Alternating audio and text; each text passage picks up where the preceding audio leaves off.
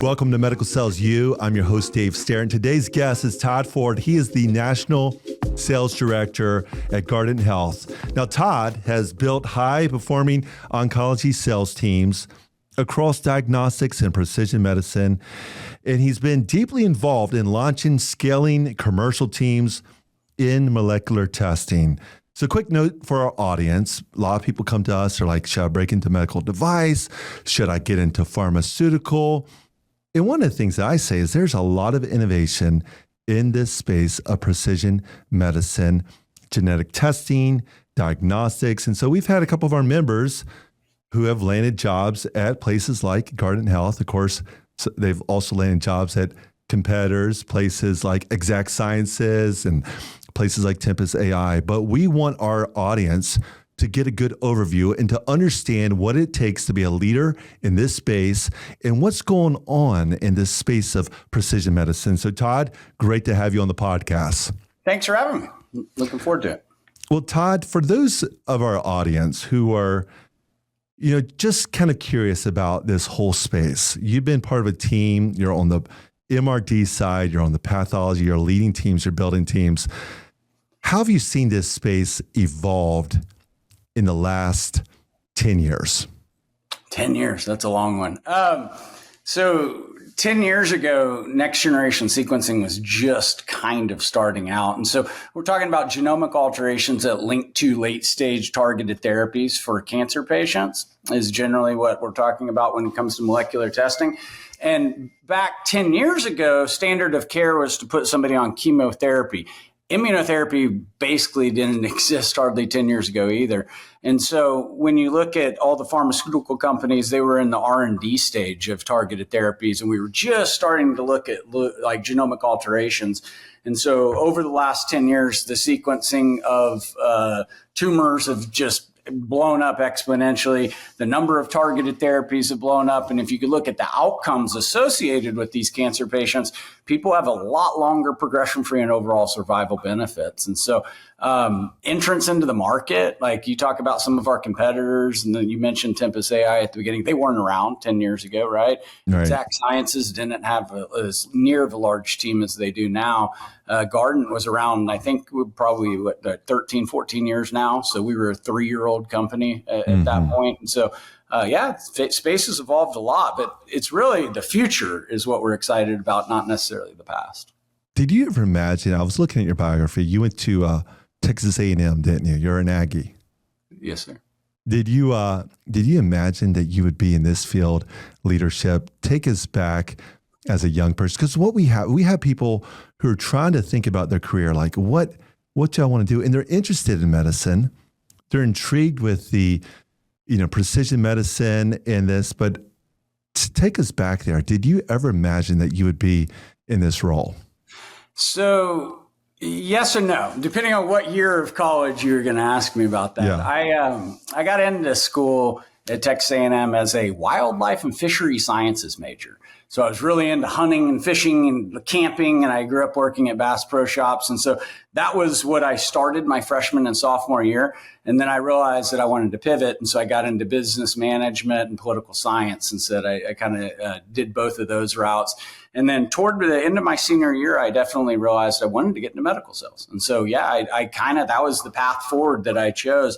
But it's very, very difficult to get into that right out of school. And so I had 2 jobs right out of college of offers. One was a forklift sales job, and I believe it was like a $45,000 base salary plus commission on forklifts. And the other one was copier sales, and that was like a $30,000 base salary, right? And so it's 15 grand right out of school. And so I'm thinking, oh yeah, definitely take the forklift job. And so I had a mentor back then that was a VP of sales at a medical sales company, and he had bounced around a handful of them. He said, take the copier sales job.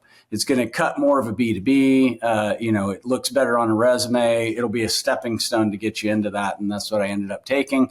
And then the second job after that bounced me into my first medical gig. So. Wow. What was that first job in medical sales? It was a company called ProPath Labs. They're still around. It's an anatomic pathology company. And so I was a junior rep, which is a lot of times you're not going to step directly into a frontline outside sales role. We have supporting roles. Like our organization right now, I think has probably 90 or 100 support. Actually, more than that. I think we're up to 110. We call them account managers, but it's essentially a junior sales rep, kind of like a service rep. Yeah. And so I managed a book of business as a service rep to learn the space. So anatomic pathology is basically GI, urology, OB-GYN, oncology, the whole slew, but you're doing more of a diagnosis of cancer, less so than the genetic testing to guide treatments. So you cut out a piece of skin and you send it in a little formalin, container, and then we do a paraffin infused or formalin fixed paraffin infused block, right? And then they look at it and they say you have cancer, you don't. And essentially that's the service that we provided. Wow.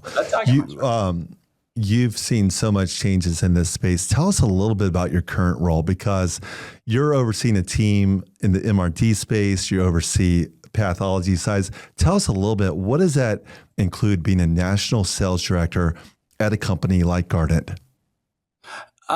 So when I joined Guardant Health, it was to build out a minimal residual disease team. And so it was the first tissue naive, we call it plasma informed MRD test. Now I can explain what minimal residual disease is for those that don't know. But so I joined to build out that team. It was 65 sales reps and 6 managers. And so I was able to scale that team and launch the first MRD plasma-only test to the market, which was great. And then that team got combined with the broader organization. And so now we have just different areas. So there's a northeast, a southeast, and a west.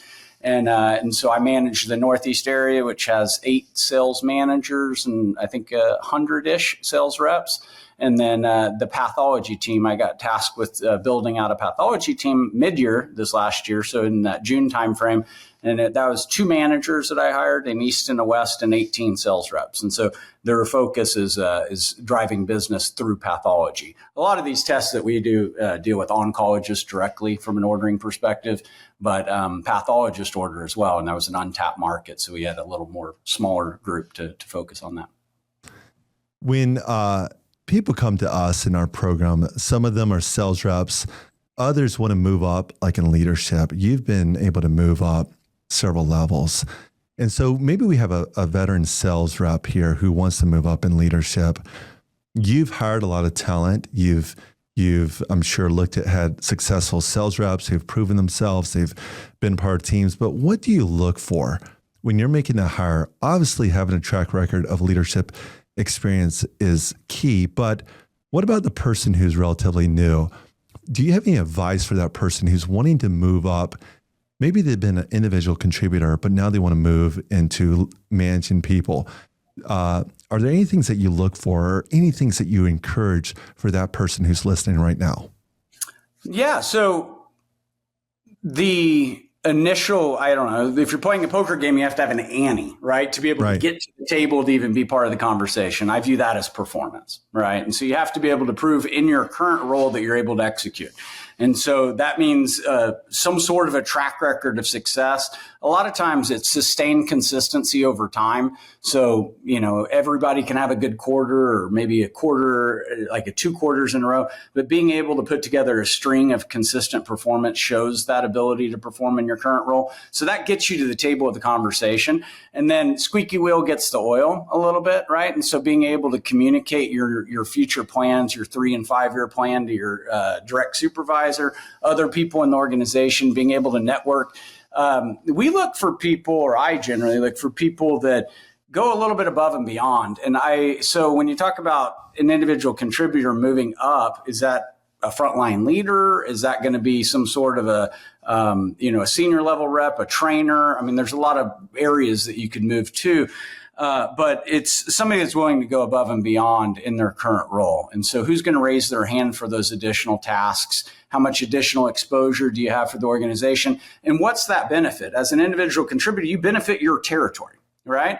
And so we have territories, regions, areas, and national, right? And so when you benefit your territory, that's kind of the job, right? That's what you're doing and you're paid to do each and every day. Now, do you benefit outside of your territory into your region? And then how do you do that? How are you helping others? Are you training them? Are you doing ride-alongs? Are you sharing best practices?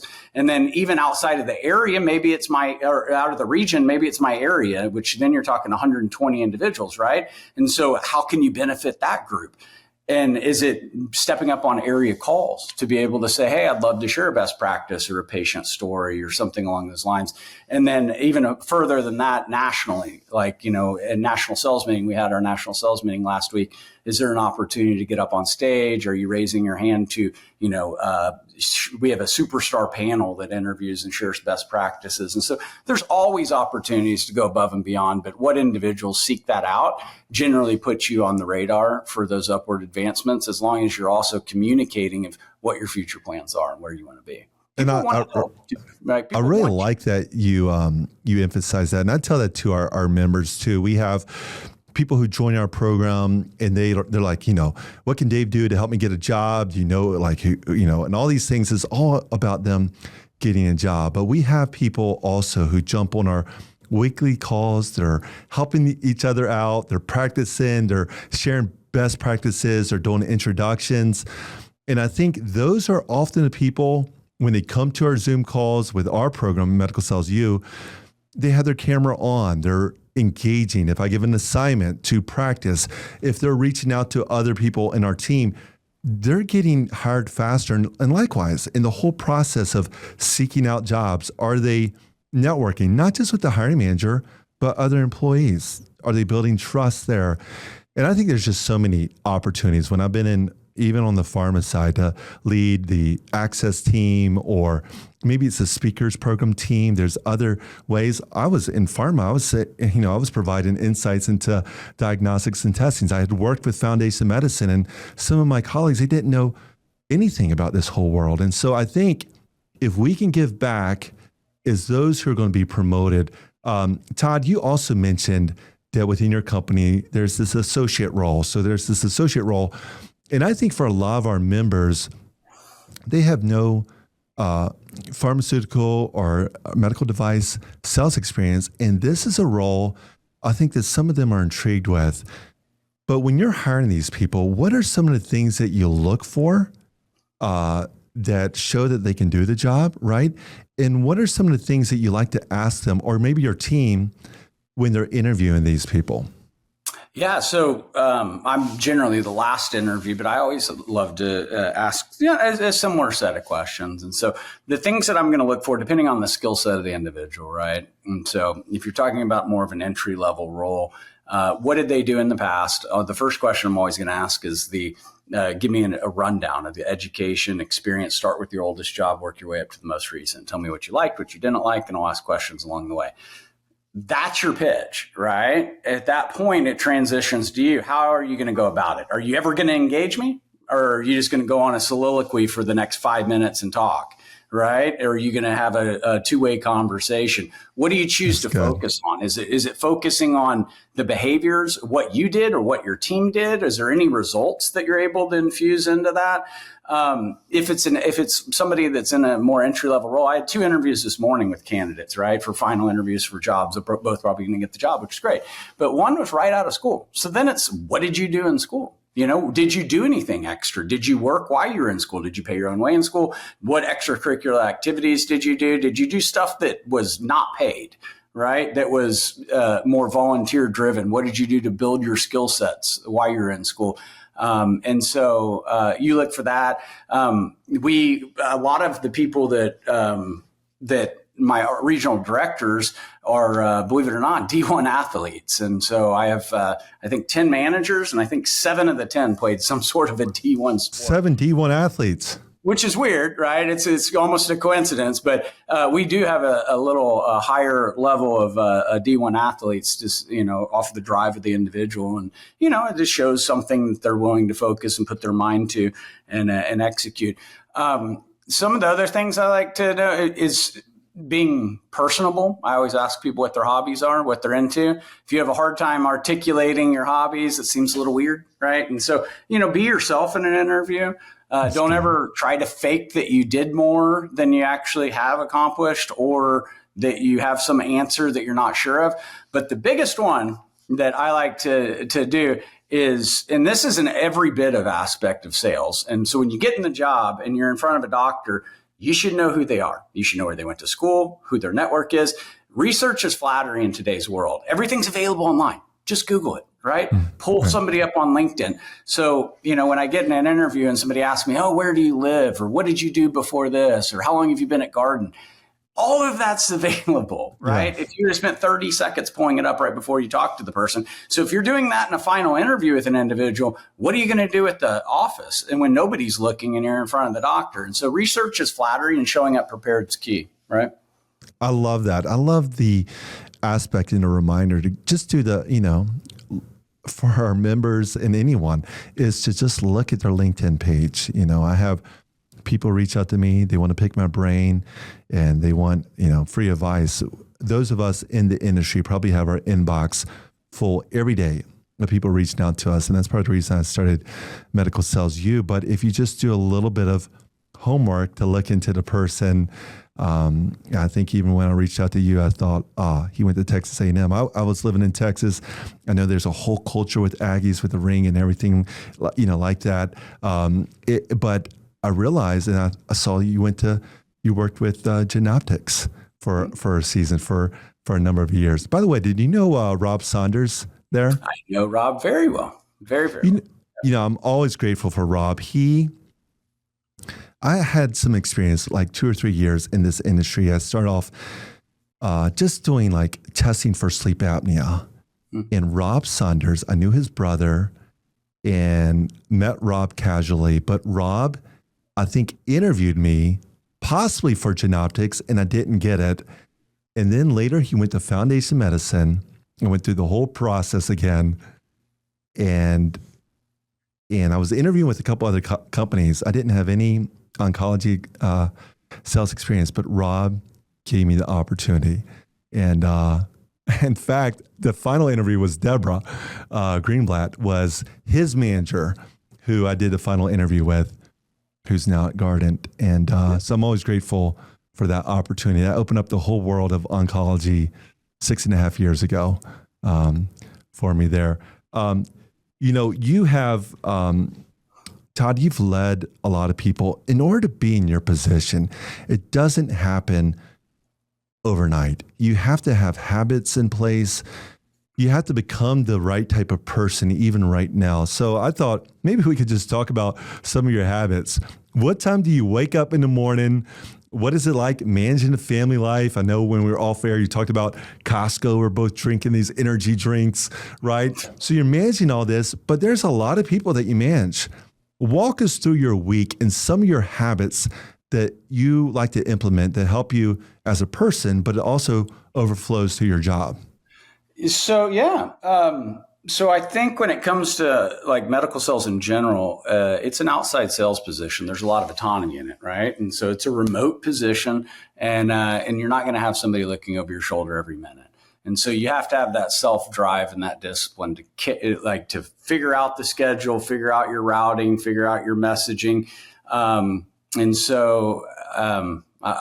talk about this later, but I believe the best ideas are always stolen, right? And so there's a top 10% of individuals that generally win President's Club. It's the same people over and over. And if they've won it at one company, I bet if you look on the resume, they probably won it at 2 or 3 other companies. And so picking their brain and hearing some of those insights and then making it your own is really key. So I have 3 daughters that are 9, 11, and 13. So I wake up early and trying to make sure that I think one of the biggest focuses in life is making sure that you keep things in perspective and like keep a well-rounded look. And so work-life balance is extremely important to me, and I make sure that it is for my team too. And I think that there's one thing to say work-life balance is important. There's another thing to demonstrate it, right? To make sure that your team sees you when they're like, they need time off or they want to do something. It's like, or I even push them and I'm saying, hey, if you don't have to make that trip, you've been hustling really, really hard. Maybe this is a time to, back off a little bit. And so making sure that you focus on the individual is huge. So for me, I try to prioritize my day, with 2 things. What's the most important thing that impacts the most amount of people and has the greatest actual like result. And so there's a lot of little things that can get in the way and distract you. And instead trying to prioritize the biggest impact on the most individuals.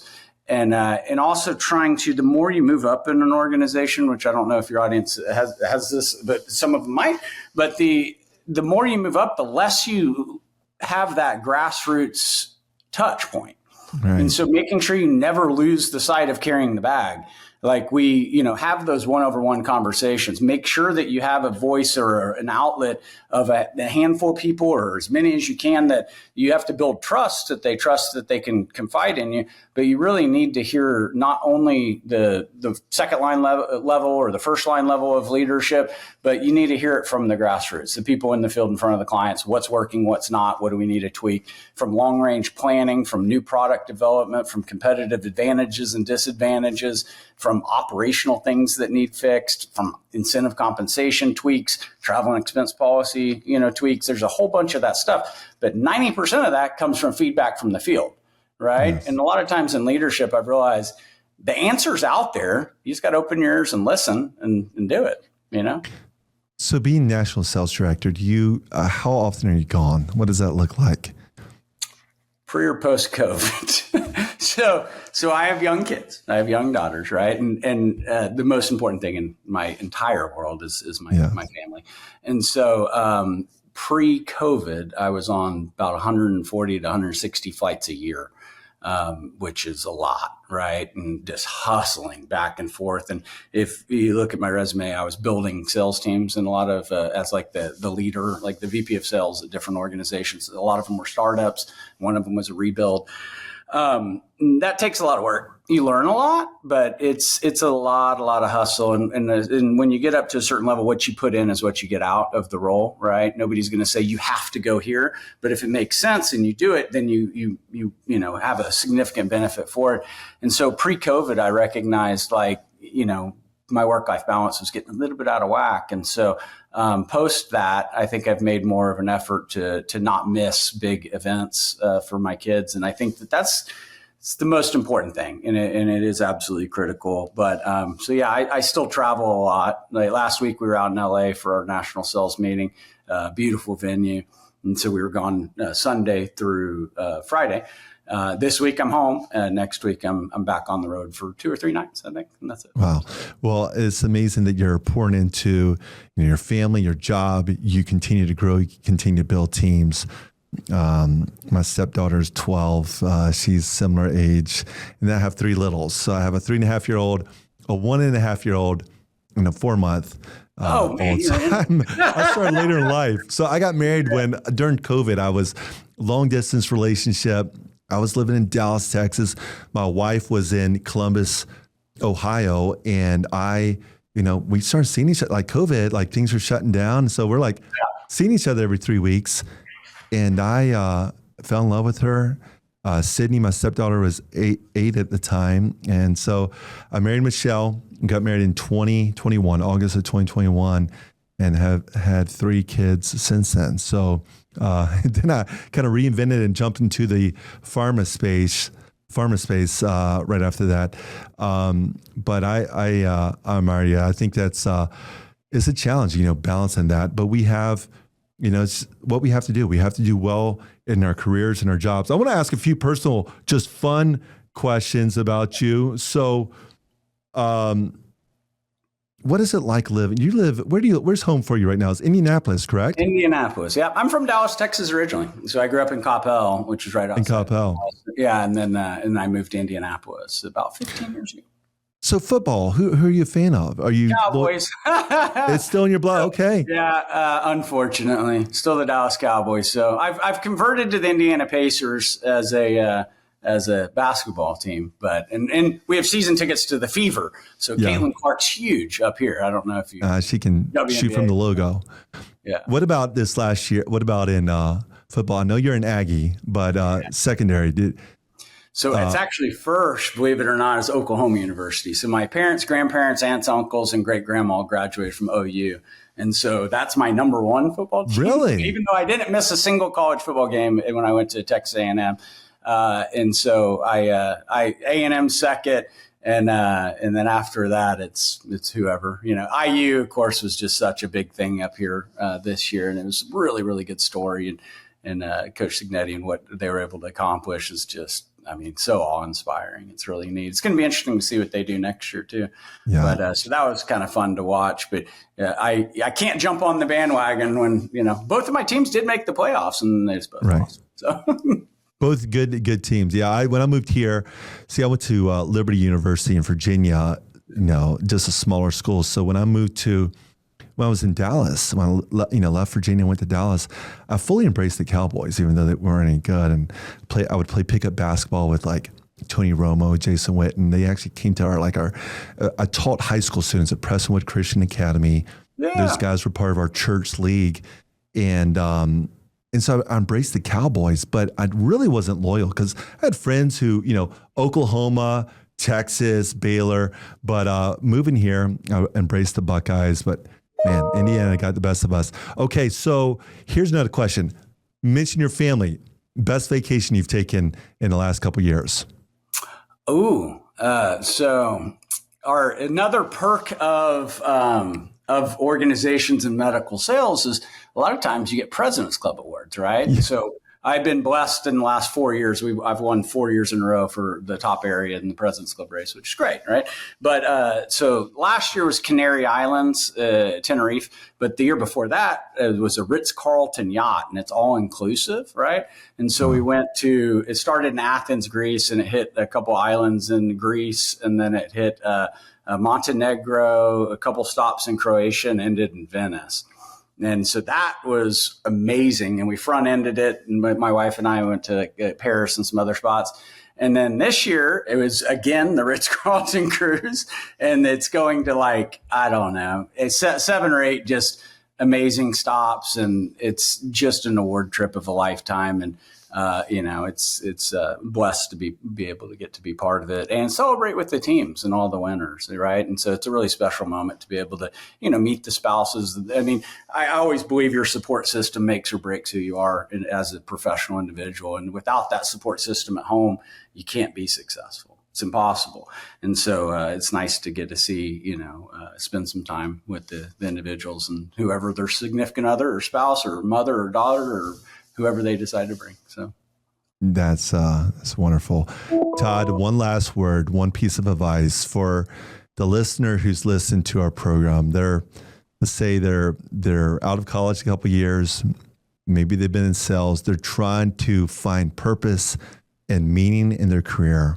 And they're kind of considering, they see the innovation of a company like Guardant. They see leaders like yourself, and they're intrigued. Maybe they've applied, they've gotten rejected, they've gotten discouraged, but they're still exploring the possibility of going into this and chasing after it.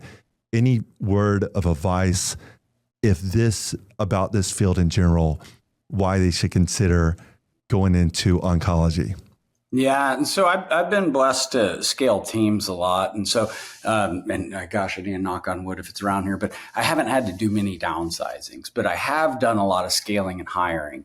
And so even at Guardant, if you look at just the sheer numbers, I probably hired at least 150 to 175 people at Guardant alone, and then much less some of the other organizations that I've worked with in the past. So, a lot of people I've been privileged to be able to talk to and bring on board. Out of a given team, like when I scaled like the Reveal team, right when I came here for the 65 individuals, when it comes to active job hunters, somebody that goes in, throws a resume online, and expects a phone call in to go all the way to the finish line to get the job, maybe 1 in 65, maybe, right? Everyone else is through a network. It's through an individual. And now that network doesn't necessarily have to mean you know the person. I mean, sometimes you could have found the person, but then they're submitting as a referral or as a, hey, I talked to this individual, or you have to have a story.